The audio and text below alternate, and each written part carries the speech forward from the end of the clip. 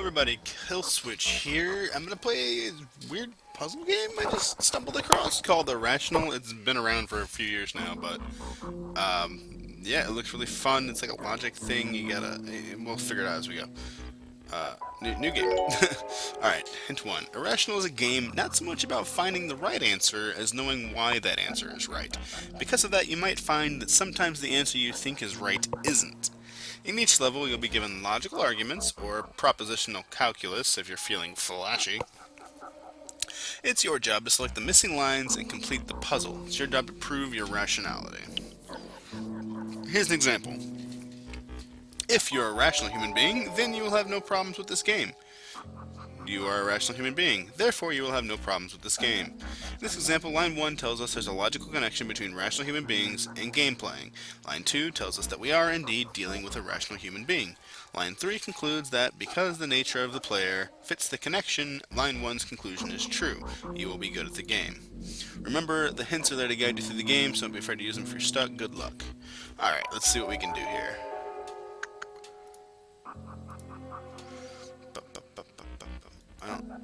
I think, therefore I am. As certainties go, knowing that you're some kind of thinking thing, some kind of living thinking thing, isn't exactly helpful. Knowing it's bloody dark doesn't get you much further.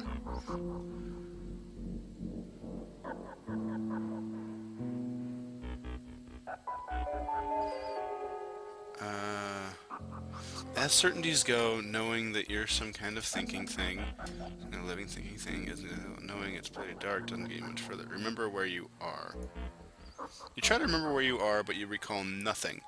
The cold metal floor beneath you suggests you've not been here long. It's possible, of course, that you've only just been born, but lying face down in the dark, you're forced to accept that given your propensity for the English language and non-fetal state, that you're far more likely you've just forgotten how you got here. Failing to find attractive alternatives, you decide to hum yourself a happy tune. Eventually, happy though it is, your attention is drawn to a lone glowing red thing.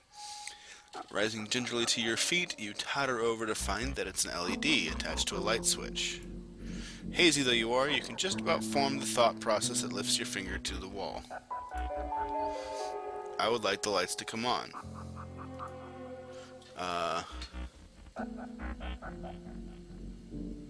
If I press a switch, then the switch will be pressed.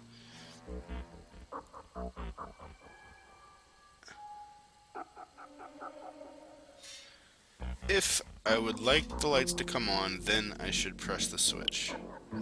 Therefore, I should press the switch. True. Aha, okay, so I just have to make it work logically. Ah, this is cool. What's that? You fumble the switch in the darkness until your surroundings resemble something close to a dimly lit room. It's no great improvement, suffice to say it's small, empty, and with no obvious exit.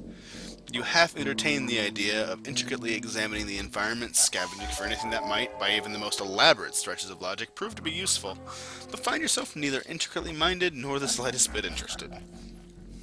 Investigate the scrawling on the wall. You notice that a series of sentences etched onto the wall in one corner. They seem to have been written in some kind of red viscous liquid, though for all the world you can't quite put your finger on what it might be. Oh dear, that's probably blood. Something very subtle bothering you about the scrawling's logic. Make the argument valid by choosing the appropriate assumption. Many people believe that a perfect God exists. If many people believe that a perfect God exists, and that belief is not in error, then a perfect God exists. If a perfect God exists, then he would not allow that belief to be in error.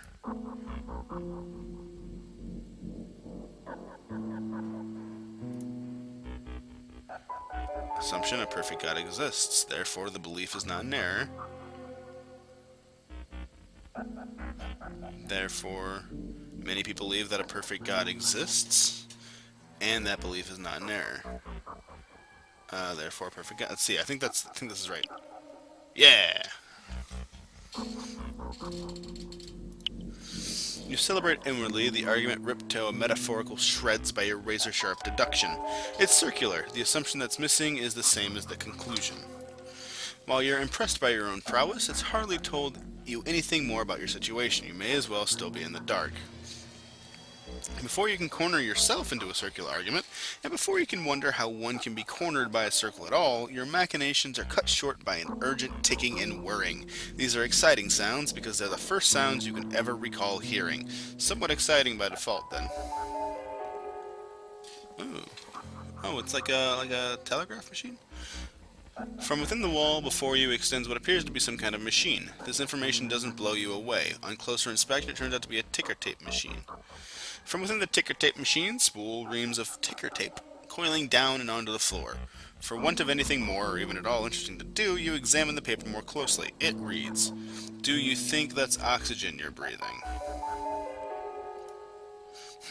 Assuming the laws of human biology haven't been broken, yes, you do rather. If I'm alive, then...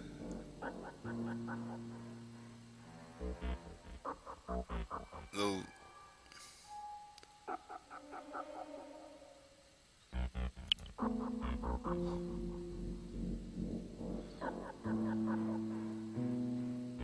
or I am breathing oxygen.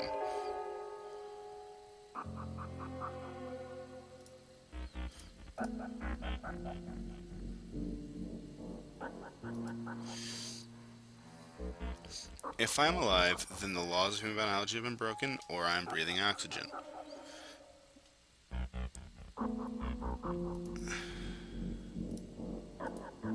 I am alive, and the laws of human biology haven't changed, therefore I am breathing oxygen. Yeah! Alright. Sweet. This game is fun. I like this. Yeah, I'm pretty sure I'm breathing oxygen. You say, to no one in particular, the contraption whirs back into life. Test 1 complete, test 2 queued. Any questions? Ask to leave. Can I just bugger off home? No. All told, this is not the answer you'd been looking for. It is, in fact, the exact opposite. Thought monitoring, active. Subject's thought process, appropriate deductive reasoning. You consider narrowly deciding the laws of biology haven't magically been altered to be a triumph of reasoning? Negative. Triumph, a significant or noteworthy achievement. Subject's deductive reasoning, adequate. Gosh, thanks. Would you mind awfully telling me where I am? Test 2 active. Jack and Jill went up the hill to fetch a pail of water. What can be deduced from this? You're not answering my questions. If and only if Jack or Jill is ill, then no one... Oh, jeez. If and only if Jack or Jill is ill, then no one will fetch any water. If Jill has eaten her Weetabix, then she will not fall ill. No one has fetched any water. Jill has eaten her Weetabix. Therefore... Okay, hold on.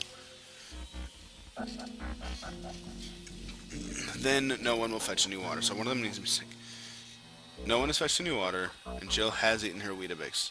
So she won't fall ill because she ate her... Therefore, Jill is not ill, and Jack is ill. Because Jill has eaten her Weetabix, which means that she will not fall ill. No one's fetched any water, so Jack or Jill has to be ill. So that leaves Jack being ill. Okay. Yeah! Oh, logic puzzles. These are fun. So Jack's yakking and Jill's A-okay. Easy. Test complete. Congratulations. You know, I usually like to accept my congratulations with a side order of let me the hell out of here. Prime directive. Assess problem-solving ability. Humor irrelevant.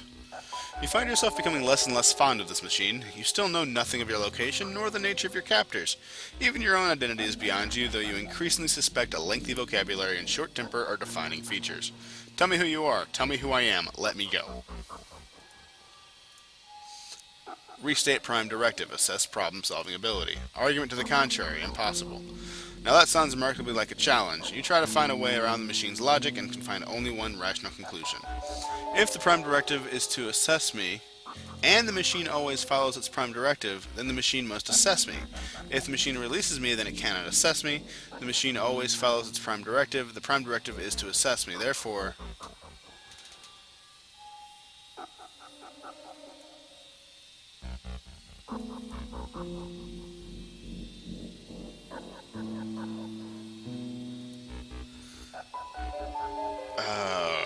prime directive is to assess me, and the machine always follows its prime directive, then the machine must assess me.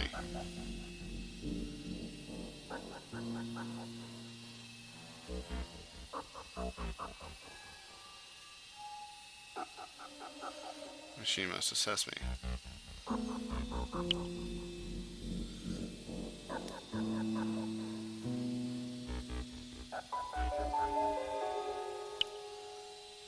Yeah.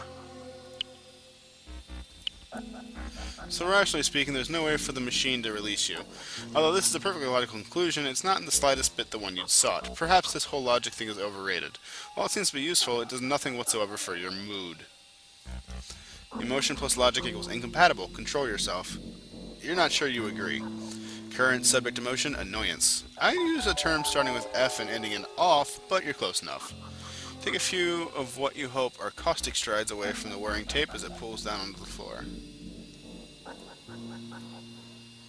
Pay attention, pay attention, pay attention now. Hey, over here, why won't you be my friend? Taking punitive measures in 5, 4, 3. Wait, I'm paying attention.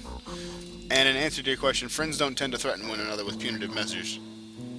Thank you, subject. To improve motivation, the next test is from your politics. Oh, geez, okay. If then, okay.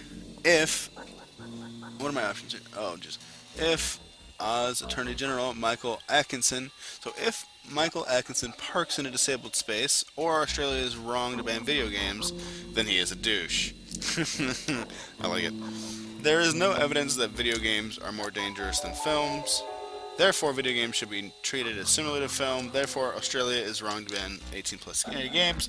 Therefore, Michael Atkinson is a douche.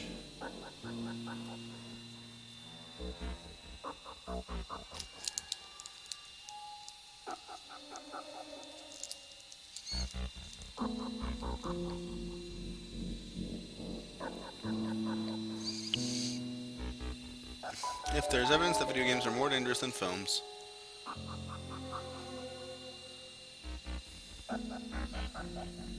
wait. If there's not evidence that video games are more dangerous than films, then video games should be treated similarly to films.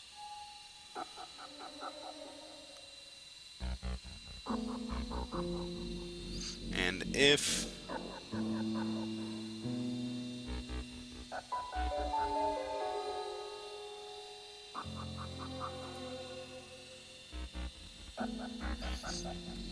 video games should be treated similarly to films, then Australia is wrong to ban 18-plus video games. If Australia is wrong to ban video games, then he is a douche.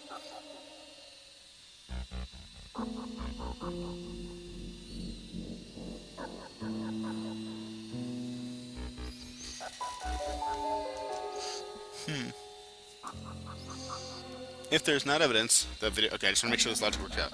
If there is not evidence that video games are more dangerous than films, which there is no evidence that video games are more dangerous than films, then video games should be treated similarly to films. Okay, so we have established that video games should be treated similarly to films, which is right here. If video games should be treated similarly to films, then Australia is wrong to ban 18-plus video games. So that's therefore there. And then you get Michael Atkinson being a douche, which is because Australia is wrong to ban video games, which makes him a douche. Because this is an if-or. So this should work. Yeah, alright. Sweet, that took some processing. And that's why Michael Atkinson is a douche.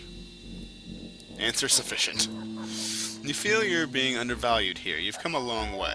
Though you've established precisely sod all about who or where you are, you do at least know that Jack is ill and some Aussie you've never heard of possibly likes to park in disabled spaces. You think about that for a minute and decide to aim higher in the future. But what to aspire to? Clearly the machine expects you to aspire to rationality of godlike proportions, but you're not convinced such omniscience would be altogether fun. You're also unsure about the potential repercussions of aspiring towards the fictional.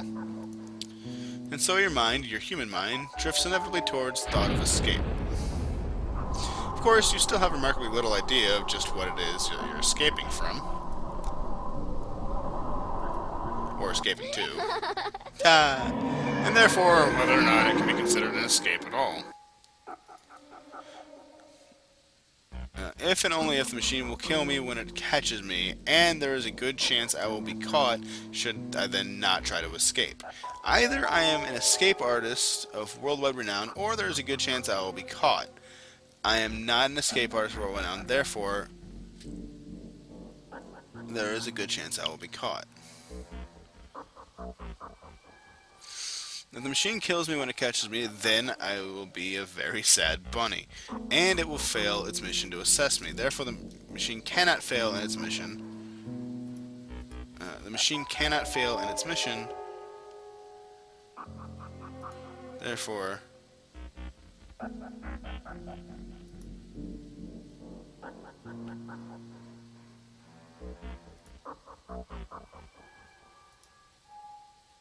the machine will not kill me if it catches me.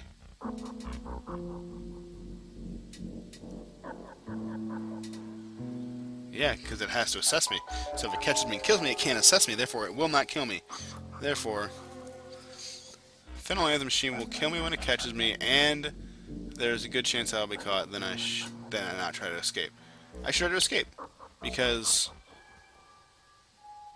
yeah, sure it won't because it won't kill me when it catches me. Yeah. Perhaps an eternity spent in the small room with the machine for company wouldn't be so bad. You can sit in a different corner each day, but escape and survival are now the only topics which concern you. Concern unnecessary. Continue test cycle. Damn it, there's something about having your every thought read that just doesn't sink in. How can you escape if the machine knows every move you can make before you do? Impossible, my program is perfect and all-knowing. You can tell nothing from the stale and motionless characters on the ticker tape, but you imagine at least a trace of smugness in the print. You wonder if that's a relevant clue. Is it a red herring? Does the machine even know what a red herring is? Do you? Yes, probably. The machine just contradicted itself? You're not sure, but you're convinced you can beat its logic.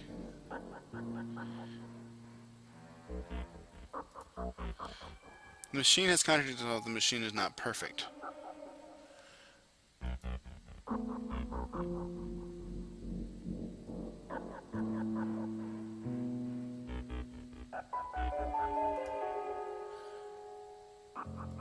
Oh man, back to the machine statement. It's a relevant clue. I think smugness is a relative clue. Relevant clue.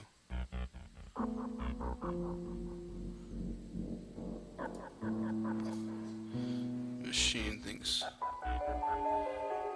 smugness is a red herring.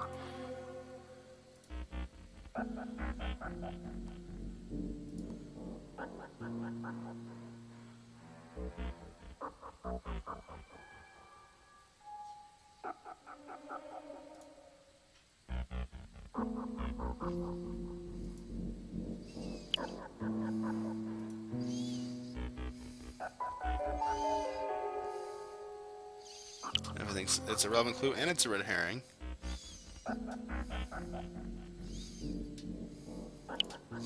If the machine thinks smugness is a relevant clue and the machine thinks smugness is a red herring, the machine has contradicted itself. Therefore, the machine has contradicted itself. Therefore, the machine is not perfect. Okay, let's follow this. If the machine has contradicted itself, then the machine is not perfect. The machine thinks smugness is a relevant clue, and it thinks smugness is a red herring, yes? So, yes, probably, okay. So both of these, which is a contradiction, so it's contradicting itself, which...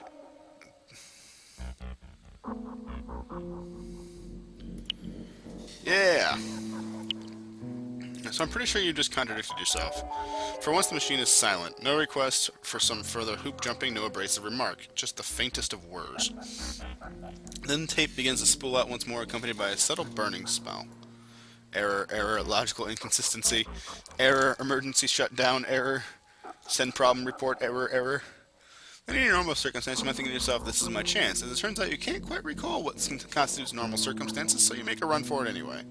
You break into a sprint, not entirely sure what it's going to achieve in a small doorless room, and a relieved when in a sea of sparks and grinding motors, an opening opens in the wall ahead of you. On this side is a door. Christ, how you love doors. This one sports an interface filled with strange symbols. You like those sorts of doors, less so.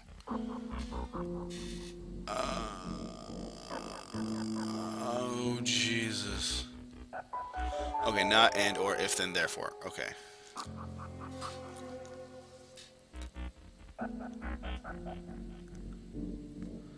So, if GMM. Oh my god. Therefore. Oh my god, my brain.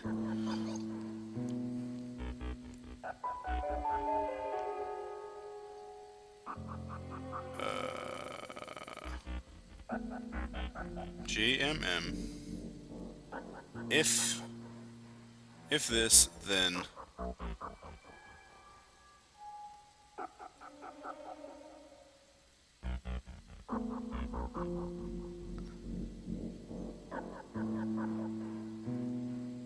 if GMM, then G, then A.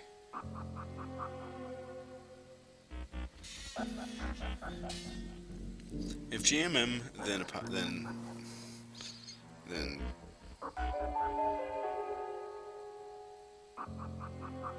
if this, then this. So if GMM, then apostrophe G, then apostrophe A, or A apostrophe.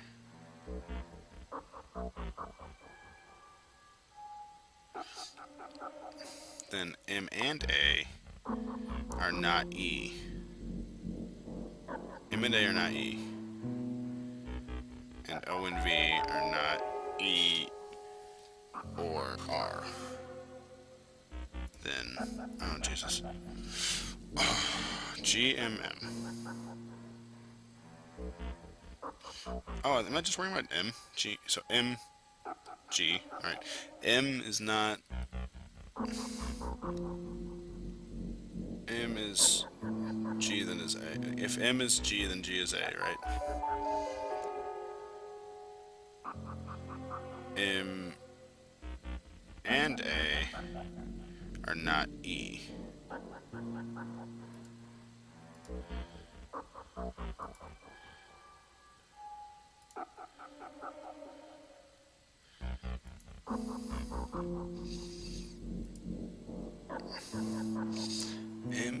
If M is G, then G is A. M and A are not E. Therefore,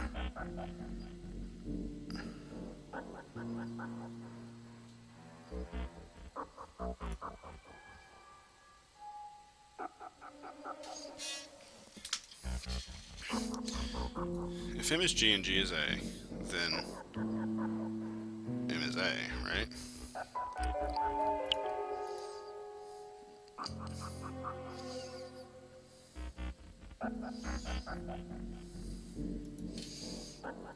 M is G and G is A. Then M and A are not E, therefore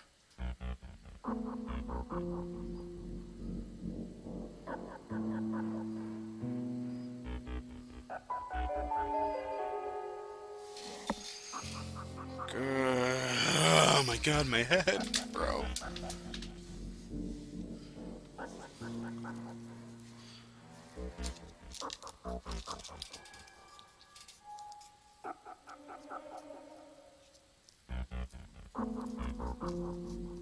I gotta be missing something here.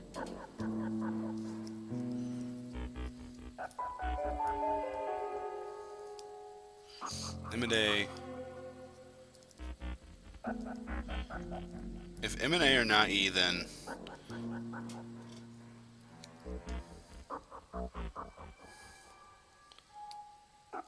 they're O. If O and V are not E or R,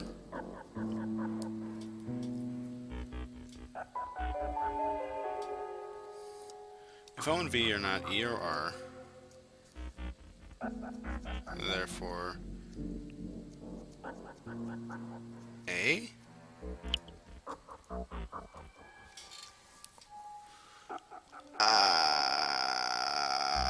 Yes?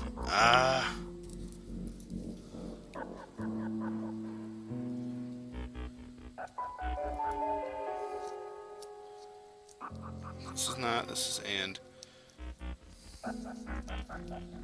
If then therefore.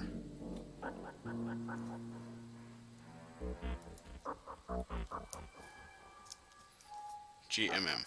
What does that even mean? Jeez, brain, help. Looks like the letters represent statements or facts, while the weird symbols and in between them are the logical. Yeah, I get that. Brain out. Okay, thanks.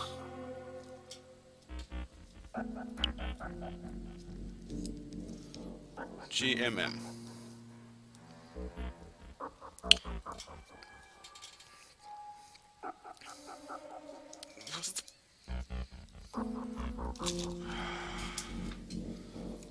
If G is A,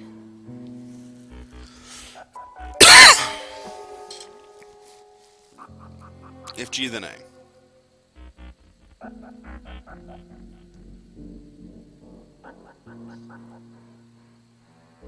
So if G then A. If M then A.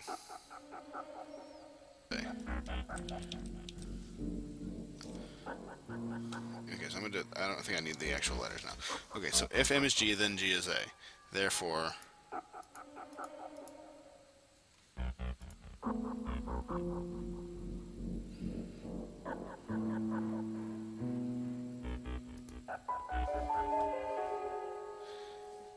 is that for what? Jeez. Oh my god, I can't make any sense of this because I don't know what it.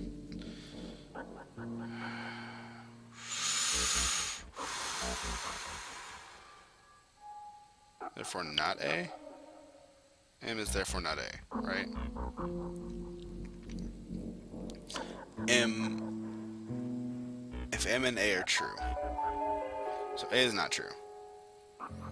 So if M and A are true, then E is not true. Therefore E is true. Again. If M is true, then G is A. Therefore A, right? If G is true, therefore A.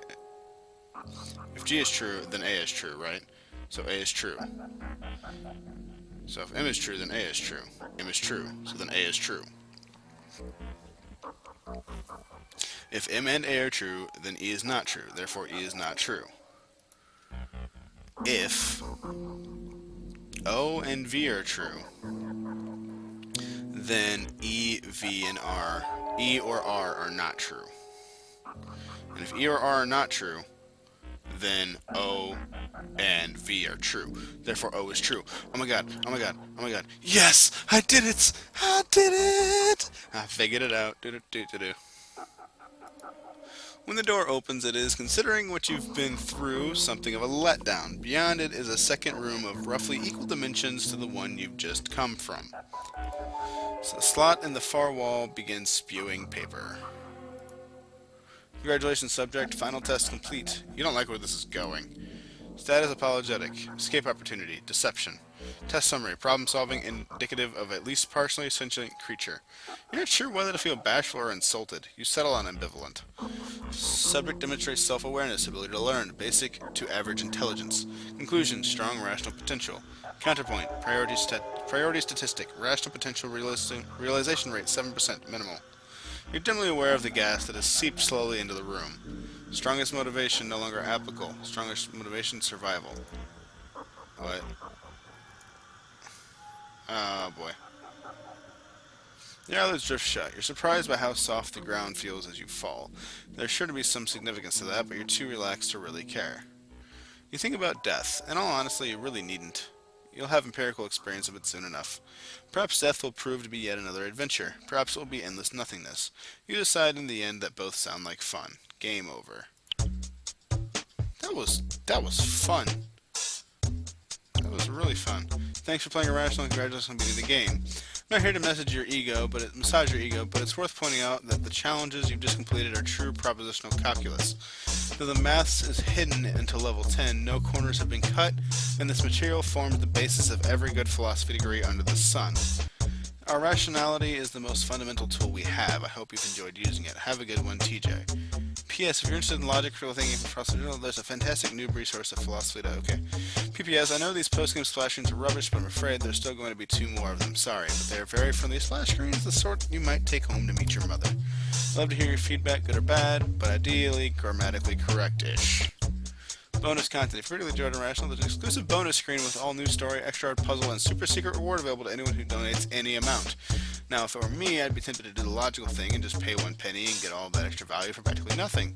But that might make you feel sad. I don't know. David Hume said that reason is the slave of passions, and I think that what that means is that rationality is worth nothing if it doesn't make you happy. Swing by tomjubert.com/DLC for more information. So yeah, check that out if you guys like this game. Thanks in advance for your support. P.S. I cannot guarantee that the super secret reward won't just be a picture of me saluting you with a tin of Carlsberg Special Brew I brought, but with the donation so far. If I have completed Irrational, then... what? I didn't finish it. Why'd you do that to me, game? Alright, well, anyway, that was really fun. I love logic puzzles. I'm happy I got to the end there and figured it out on my own. So, thank you guys for watching, and I'll see you guys in the next video.